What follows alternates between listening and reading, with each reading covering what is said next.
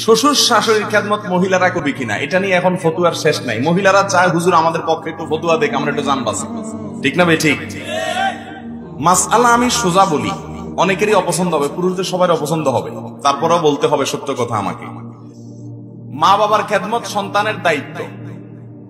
ছেলের দায়িত্ব তার মা বাবার খেদমত করা, মেয়ের দায়িত্ব তার নিজের মা বাবার খেদমত করা। কিন্তু আমাদের মতো গরিব দেশে ছেলে চাইলে বাবা মার খেদমত বসে বসে করতে পারে না। এজন্য সে বাইরে যাইতে হয়, বিদেশে যাইতে হয়, দূরে যাইতে হয়। বাসায় থাকে তার ওয়াইফ, তার স্ত্রী যদি তার পক্ষ থেকে তার মা বাবার খেদমত না করে তাহলে কে করবে? এখন স্ত্রী যদি বলে না আইনে নাই আমি খেদমত করার কথা না, তোমার বাপ মা তুমি করবো, আমার তো বাপ মা না, আমি মুরব্বী হিসাবে সম্মান করবো, ঠিক আছে, চা কাপ বানাই দেবো, ঠিক আছে, কিন্তু আমি সব খেদমত করবো না, কারণ বাপ মা কার? তোমার। এই কথা যদি মহিলারা বলে আর পুরুষরাও যদি বলে ঠিক আছে আইন অনুযায়ী, ইসলামের নির্দেশ অনুযায়ী আমার তো বিয়ে একটা বেশি করা যায় আছে, এটা বলার অধিকার পুরুষদের আছে না নাই? এ অধিকার পুরুষদের নাই। তো বেশি অধিকার বললে কিন্তু তখন দুই পক্ষে বেজাল লাগবে কি লাগবে না?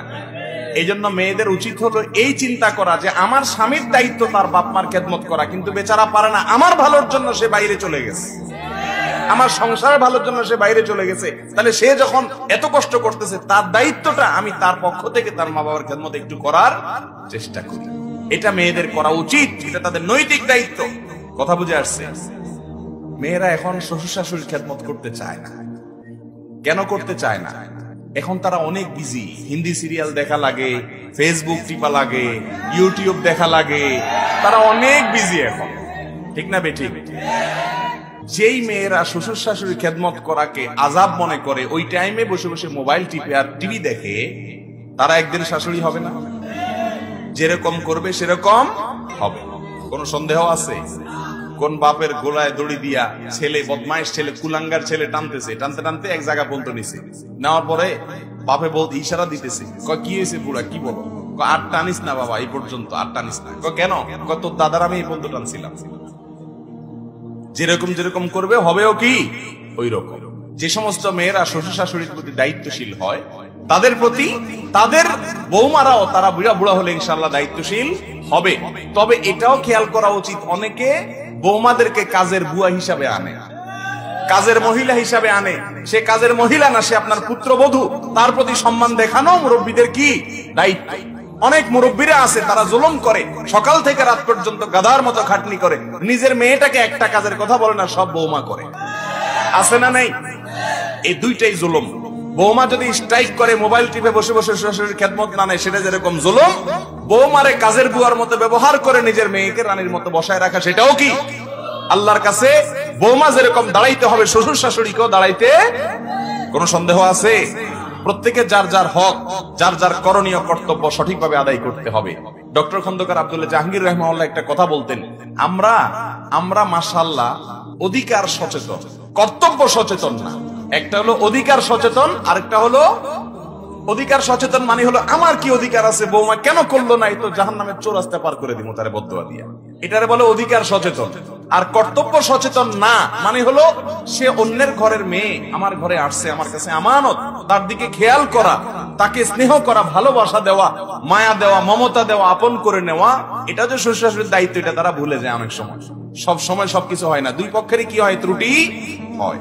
মেয়েরা পর্দায় থেকে চাকরি করতে পারবে কিনা, বিশেষ করে শিক্ষকতা।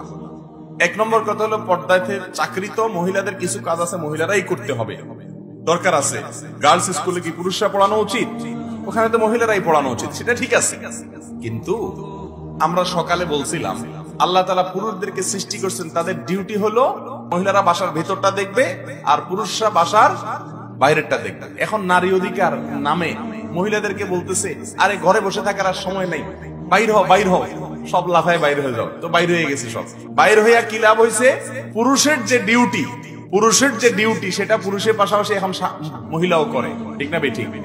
আর মহিলার যে ডিউটি সেটা কি পুরুষ করতে পারে? মহিলা 10 মাস 10 দিন সন্তান গর্ভে ধারণ করে, এই ডিউটি কোনোদিন পুরুষ করতে পারবে?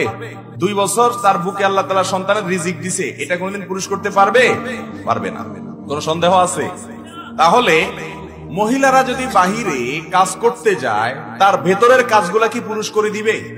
সিস্টেম আছে কোনো? নাই। তাহলে বেচারি তার গর্ভে ধারণ করতে হচ্ছে, সন্তানরা 2 বছর ধরে দুধ দান করতে হচ্ছে, এগুলো কষ্টের কাজ কি কাজ না? এই কাজগুলো তার করতে হচ্ছে, আবার বাইরে পুরুষের ডিউটি অর্ধেক করতেছে, তাহলে ডবল ডিউটি করলো না বেচারি? স্বাধীনতার নাম দিয়া মহিলারা দিয়া ডবল ডিউটি খাটা নিছে না এরা? আর ইসলাম বলে তুমি রানীর মতো বাসায় থাকো, এখানকার বিষয়গুলোকে তদারকি করো, আর পুরুষ গাদার মতো বাইরে খাটাখাটনি করে রিজিক কাল নিয়ে আসে। এ হলো ইসলাম। এখন দাম্পত্য জীবনে ডেইলি বেজার লাগে না? বিচার করতে করতে মুরব্বীরা শেষ হয়ে যায় না? আর বিয়া ভাঙন যে পরিমাণ হয়, আগে এত বিয়া ভাঙতো কেন?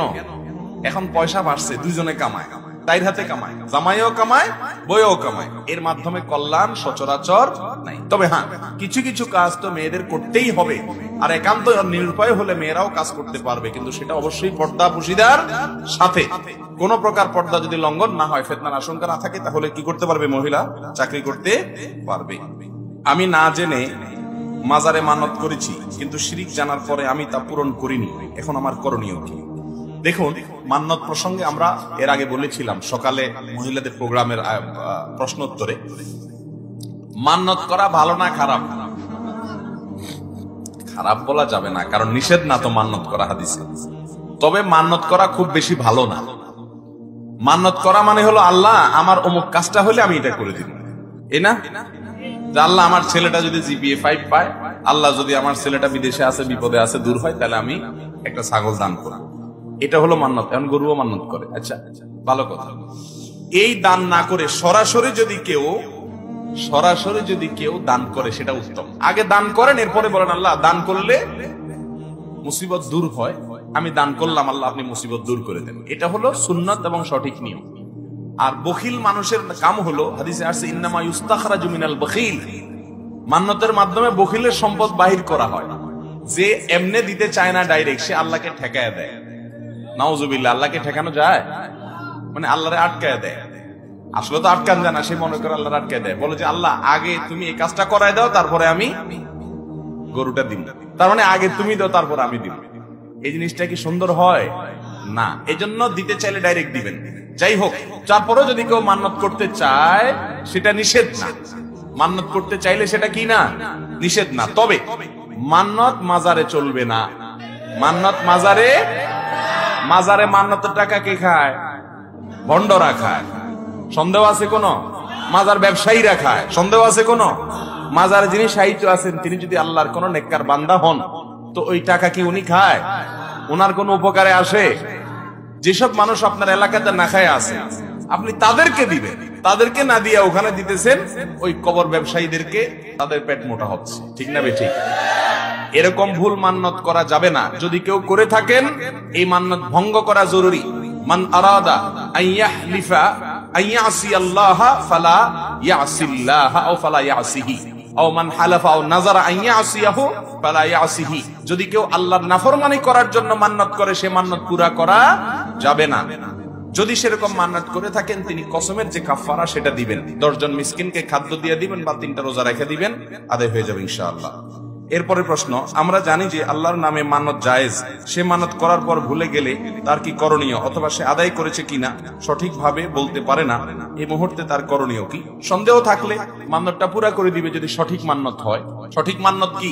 ইসলামী শরীয়তে যে জায়গাগুলোতে দান করার নির্দেশ আছে, সেগুলোতে কি করলো? দান করলো। দান ছাড়াও মান্নত হয়। কেউ মান্নত করলো আমি ইতিকাফ করবো, এটাও মান্নত হয়। কে মান্নত করলে আমি নফল নামাজ পড়বো, এটাও কি হয়? মান্নত হয়। কেউ মান্নত করলো আমি উমরা করব, হজ করব, ফরজটার পরে, এটাও কি হবে? মান্নত হবে। কারণ এই কাজগুলো শরীয়ত সিদ্ধ, শরীয়ত অনুমোদিত কাজগুলোর মান্নত করা যায়।